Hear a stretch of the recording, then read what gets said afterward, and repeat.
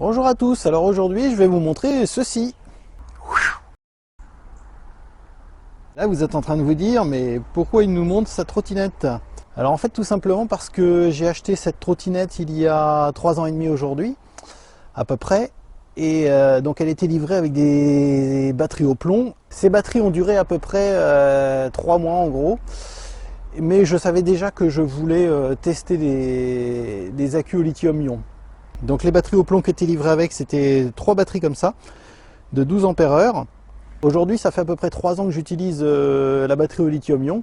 Je vais vous montrer comment j'ai monté ma batterie au lithium-ion, avec quelles cellules, et puis les conclusions qu'on pourra tirer après 3 ans d'utilisation. Allez, suivez-moi.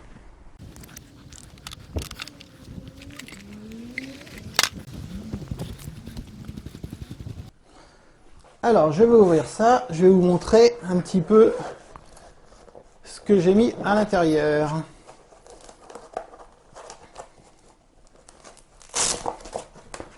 Hop.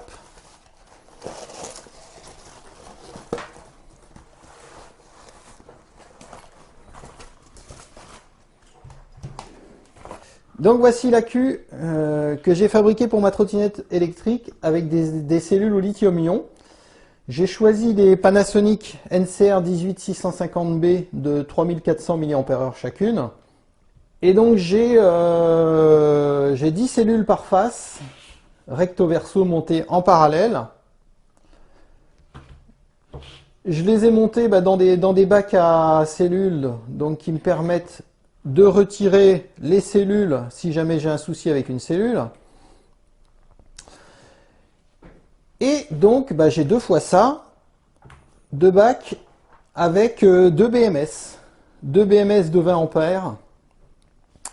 Alors par contre, donc ça fait 3 ans que j'ai monté ces accus, cet accu de trottinette électrique. Ça fait 3 ans, donc on trouvait pas encore, on devait déjà en trouver, mais c'était beaucoup plus rare. J'ai pris des BMS, donc qui n'équilibrent pas les cellules. Donc la première fois que j'ai reçu mes cellules, je les ai chargées avec un chargeur de cellules au lithium-ion pour toutes les équilibrer. Donc je les ai chargées à 4 volts de chacune. Comme elles ne s'équilibrent pas, il faut que je les vérifie régulièrement pour voir s'il n'y en a pas une qui est déchargée par rapport à l'autre. Donc j'ai eu quelques petits soucis de soudure au niveau des parallèles. J'ai des fils qui ils n'étaient pas dessoudés, mais le contact ne se faisait pas correctement. Et à plusieurs reprises, donc j'ai une cellule, je sais plus sur quel bac, mais j'ai une cellule qui se déchargeait et une qui restait chargée. Donc du coup, ça me réduisait énormément l'autonomie. Il faut savoir que dès qu'il y a une cellule qui arrive à la tension de protection, à 3, je sais plus combien c'est, 3 volts, et ça fait chuter l'ensemble du pack des 40 cellules.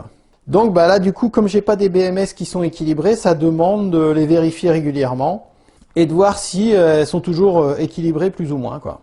Donc le système de bac comme ça pour mettre des cellules, c'est pas mal parce que ça permet de changer des cellules qui pourraient être défectueuses. J'ai choisi des cellules Panasonic NCR 18650 qui sont montées dans les premières batteries des voitures Tesla. C'est des petites cellules donc Panasonic qui me paraissent l'une des meilleures cellules actuellement sur le marché. Avec, alors là on n'a pas Panasonic, Sanyo, mais on a aussi on a LG, Samsung ou encore Sony. Bon, l'avantage d'acheter du Panasonic comme ça, ou les grandes marques que je viens de citer, c'est qu'on est sûr de la capacité par rapport à des accus chinois qui pourraient être de capacité totalement farfelue. Avant d'avoir monté ces accus avec des cellules Panasonic, je voulais tester les cellules chinoises. Alors j'ai commandé des cellules chinoises qui annonçaient un truc de fou, 9800 mAh pour un prix totalement dérisoire. Alors là je me suis dit bon, ça vaut le coup de tester, c'était pas très cher. J'en ai commandé pour voir ce que ça donnait. Donc j'avais les mêmes cartes BMS, 20 ampères, pas de souci. J'ai monté mes accus chinois à l'intérieur et oh là là, coup d'accélération et je n'avais absolument aucune puissance. C'est tout juste si la trottinette démarrait. Alors donc à la suite de ça, je me suis renseigné un peu plus profondément sur les cellules. Et effectivement, la première chose à savoir quand on achète des cellules comme ça 18650, c'est déjà de les peser, puisque le lithium, ça pèse, hein, ça pèse son poids. Et les cellules chinoises que j'avais commandées devaient peser moins de 30 grammes chaque cellule. Une cellule comme ça, qui fait 18650, qui fait 3,4 ampères-heure, pèse 46 grammes. Donc si vous avez des cellules qui pèsent de cet ordre-là, c'est que c'est de la qualité, il y a bien du lithium dedans. Par contre, méfiez-vous des cellules chinoises qui annoncent 10 000 mAh, c'est totalement farfelu et ça ne correspond absolument pas à ce qui est marqué dessus. Si vous voulez monter des accus, déjà, pour du stockage, préférez les grandes marques, vous n'aurez pas de surprise. À la suite de ça, donc j'ai commandé mes cellules Panasonic.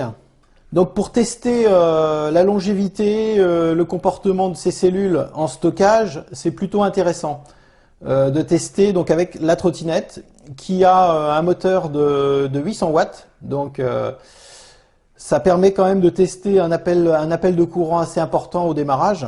Aujourd'hui, après 3 ans d'utilisation de cette batterie au lithium-ion, après 1600 km effectués, je commence déjà à constater une petite perte de capacité. Sachant que au total, je dois arriver pour le moment à 80 cycles de charge-décharge. Donc je n'attends pas qu'elle soit déchargée pour les recharger. Cette batterie fait 36 volts, donc en nominal. Et dès que j'arrive à 35 volts, la trottinette n'avance plus. Elle a plus assez de courant pour avancer.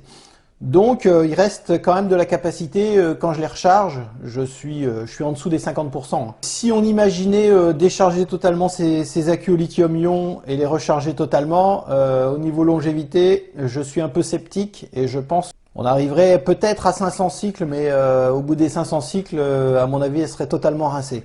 Donc ma conclusion, après 3 ans d'utilisation de ces cellules au lithium-ion, pour moi ce n'est pas adapté pour du stockage photovoltaïque pour la maison.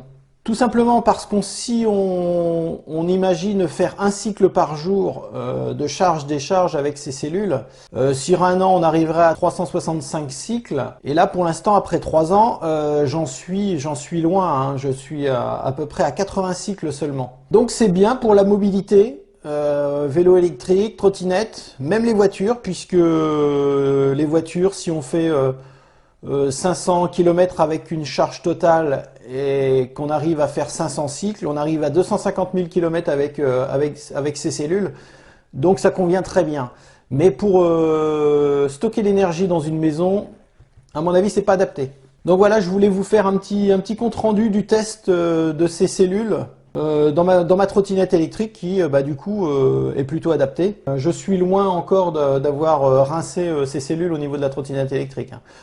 Là je vous fais un petit bilan après 3 ans, on verra dans 3 ans s'il reste du jus dans ces cellules.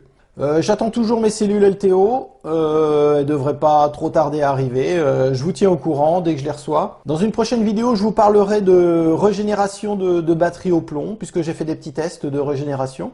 Et je vous ferai voir ma petite installation photovoltaïque autonome qui me permet de faire mes tests de charge et de tester différentes capacités de batterie. Alors je vous dis à bientôt pour une prochaine vidéo. Ciao ciao!